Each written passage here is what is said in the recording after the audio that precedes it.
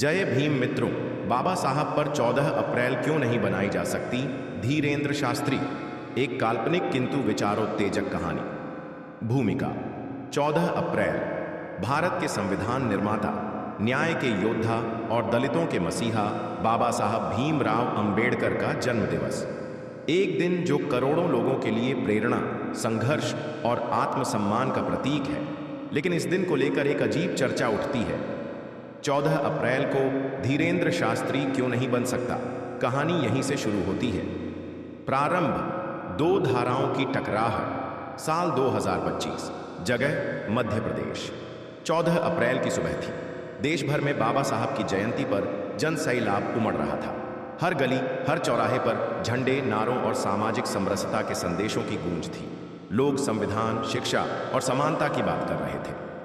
उसी समय social media पर एक बयान वायरल होता है। हमारे संत भी 14 अप्रैल को पूजे जाने चाहिए, जैसे बाबा साहब को पूजा जाता है। धीरेंद्र शास्त्री का कथित बयान। इस बयान ने देश के सोचने वाले युवाओं, शिक्षकों, दलित समाज और हर संविधान प्रेमी को झकझोर दिया। अध्याय। बाबा साहब कौन थे? भीमराव अंबेडकर, एक ऐसा नाम जिसने जन्म से लेकर मृत्यु तक अन्याय के विरुद्ध जंग लड़ी। छुआछूत, भेदभाव और जातीय शोषण के बीच पैदा हुए इस बालक ने जब स्कूल में पानी पीने के लिए भी संघर्ष किया, तब उसे समझ आ गया था, ज्ञान ही मुक्ति का रास्ता है। लंदन स्कूल ऑफ इकोनॉमिक्स और कोलंबिया यूनिवर्सिटी से पढ़ाई करने वाला ये व्यक्ति जब भारत लौटा तो केवल एक डिग्रीधारी नहीं, बल्कि समाज का डॉक्टर बनकर लौटा। उन्होंने संविधान बनाया जिसमें किसी को ऊंच नीच, जात पात या धर्म के नाम पर बांटने की इजाजत नहीं। उन्होंने बौद्ध धर्म अपनाया जो तर्क, शांति और करुणा की राह दिखाता है। अध्याय। धीरेंद्र शास्त्री। कौन है धीरेंद्र शास्त्री, जिन्हें लोग बागेश्वर धाम सरकार के नाम से जानते हैं? उन्होंने खुद को एक धार्मिक चमत्कारी संत के रूप में प्रचारित किया। वे लोगों की पर्ची पढ़ते हैं, चमत्कार दिखाते हैं और धर्म की आड़ में भीड़ जुटाते हैं। उनकी कथा और झंडे मंच और माइक से भरे होते हैं, लेकिन उनके प्रवचनों में बार बार एक बात उभर कर आती है, हमारी संस्कृति खतरे में है, सनातन को बचाना है। लेकिन क्या वो सनातन सबके लिए बराबर है? क्या उनका संदेश संविधान के अनुरूप है? क्या वे सभी जातियों को बराबर मानते हैं? अध्याय। क्यों नहीं बन सकते धीरेंद्र शास्त्री 14 अप्रैल पर? बाबा साहब ने विचार दिए, धीरेंद्र ने अंधविश्वास, अंबेडकर ने तर्क दिया, शिक्षा दी, संविधान लिखा। धीरेंद्र चमत्कार दिखाते हैं, पर्ची पढ़ते हैं। बाबा साहब ने सबको समानता दी। धीरेंद्र के मंचों पर जातीय विशेष झुकाव नजर आता है।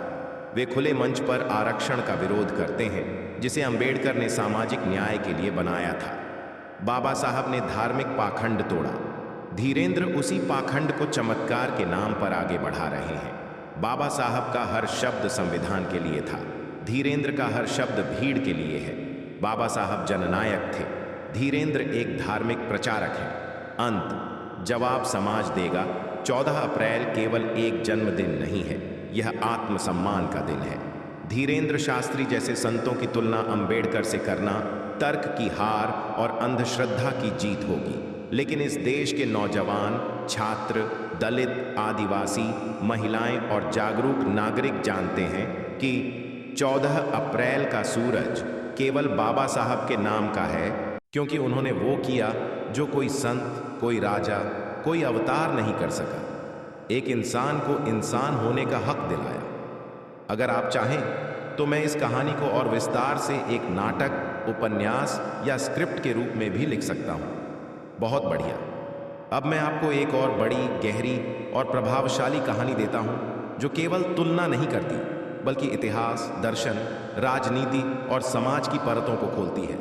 इस कहानी में कल्पना है, भावनाएं हैं और सबसे ज्यादा जागृति है। कहानी का शीर्षक।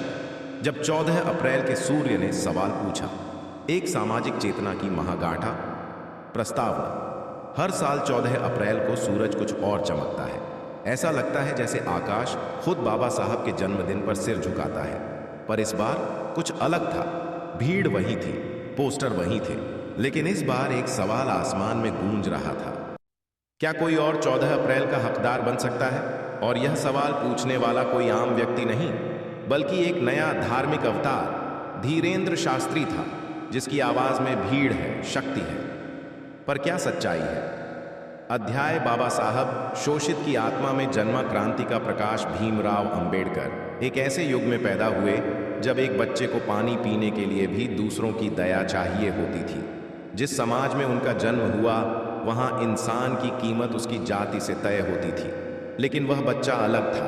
वह रोया नहीं, उसने कसम खाई, मैं मर सकता हूं लेकिन झुकूंगा नहीं।